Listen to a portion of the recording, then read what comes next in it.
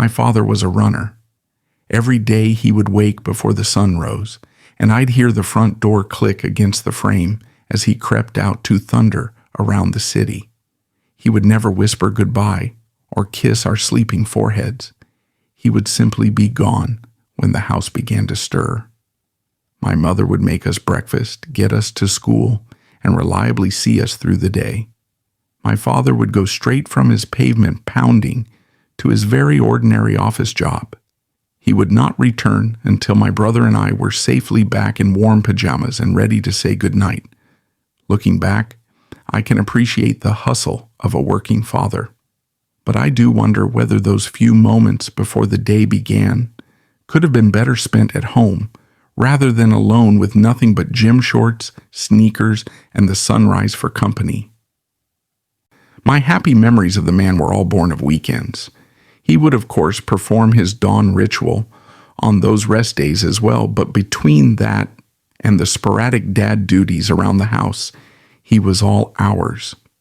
"Francis, what are you doing inside on a day like today?" he asked one Saturday afternoon just after my 14th birthday. "I have to study.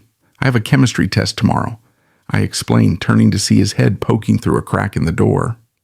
"Ah, you're a smart kid. You'll do great," he said, having no idea if that were true. "Listen, me and Derek are going out for a run. The weather's perfect. Not too hot, nice cool breeze. I reckon your brother might break his personal best for the park circuit. Why don't you come with us? You can do the timing. You don't even have to run. What do you say, son?" "I'd love to, Dad," I lied. "But this is a really important one. If I do well, I might get on to the summer program, and that will really help with college applications in a few years." "Ah, right, the extra science classes. Gotcha. Well, if you change your mind, it's going to be a good day. I can feel it in my toes," he said, hurrying back into the hallway and down the stairs, bouncing on the balls of his feet the entire way. Turning to the bedroom window and looking out, I spied on my father and Derek. They were play fighting and racing down the driveway. It was in that moment that I came to understand. If it didn't involve running, my father simply wasn't interested. The way to his heart was through his passion, something that despite his lower grade average, my brother had figured out far faster than I. That evening's dinner conversation went as expected. "You should have seen him, Beth. The boy was like the wind today, completed the full circuit a full 5 minutes faster than his previous time. Here, son, take another slice of pie. You earned it.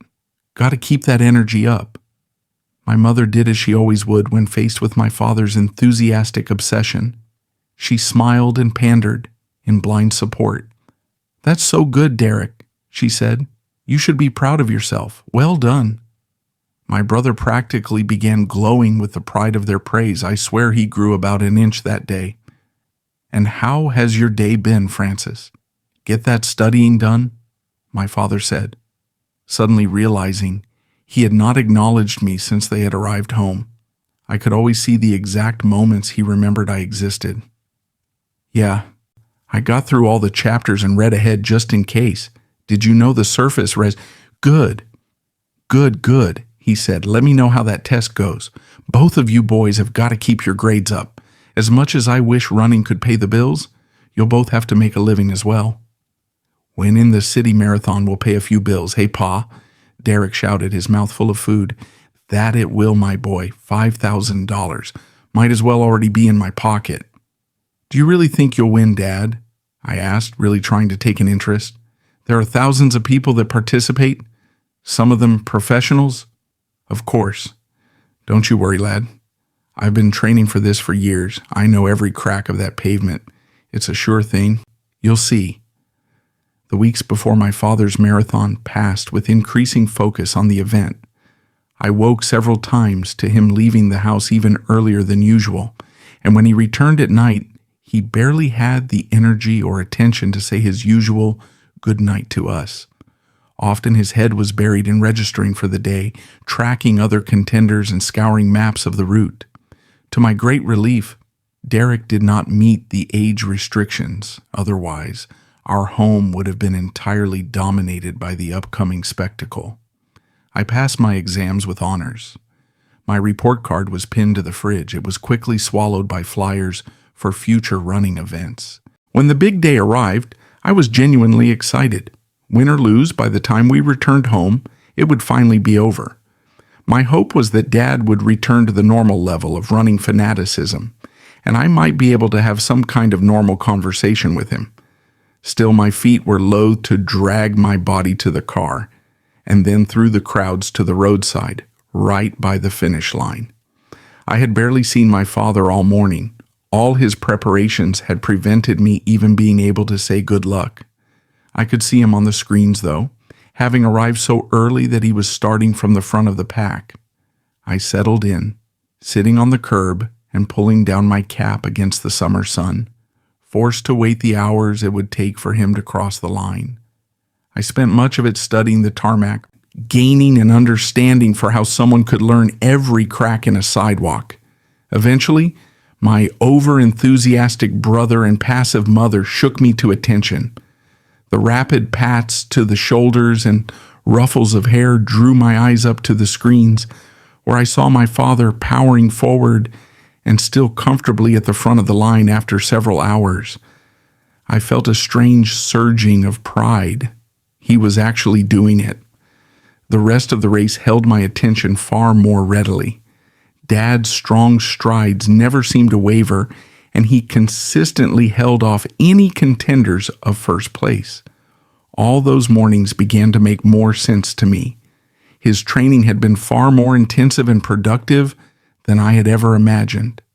It seemed as though what I had taken for the hobby of a middle-aged man was more like the training of a gifted sportsman.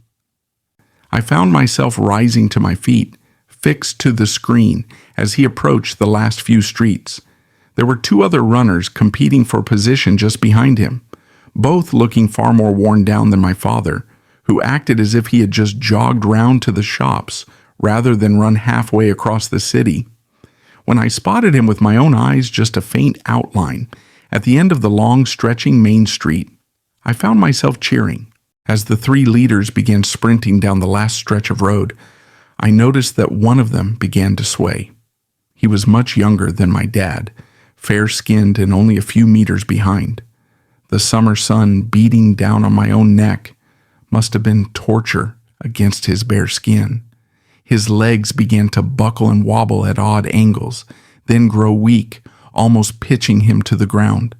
With only a few minutes left of the race, he looked as though he was going to pass out and not make it. Gasps and hollers from the crowd sounded as the poor man collapsed against the barrier. Dad, already constantly looking over his shoulder to check their approach, spotted him quickly. His feet slowed, his eyes locking onto the man, and without a thought he turned around. My father, for whom running was everything, a man who put his sport above sleep, life and family every single day, in a snap decision, gave up his win. My mother gasped, my brother let out an audible no, and I watched him, my mouth hanging open. Dad trotted over to the man, placed the weakened competitor's arm over his shoulder, and half dragged him toward the finish line. The third man had already won the marathon. More were passing them constantly, and yet my dad heroically assisted this other poor soul to complete the race. He helped that competitor to achieve his dream at the expense of his own. The crowd went wild for him. Recordings of the moment were played repeatedly online for years to come, and he was welcomed home by my family as the pillar of everything a good man should be. Yet, I could not help thinking at the time, if he were able to give up that moment of glory for a stranger, why couldn't he give up a single morning of training to have breakfast with his son? Why couldn't he have held his tongue for 5 minutes so that I might share one of my interests? Why couldn't he have loved me, who found fulfillment in science over track events as much as a kindred runner, a man he didn't know from Adam? I feel the guilt of those selfish ideas, but I do not blame myself. It is not wrong to want to be loved by my father, to the same level as someone who regularly wears out sneakers. I'm a grown man now, but I still find myself waiting for him to look at me in the same way that he looked at that man. I hold out hope that one day he will.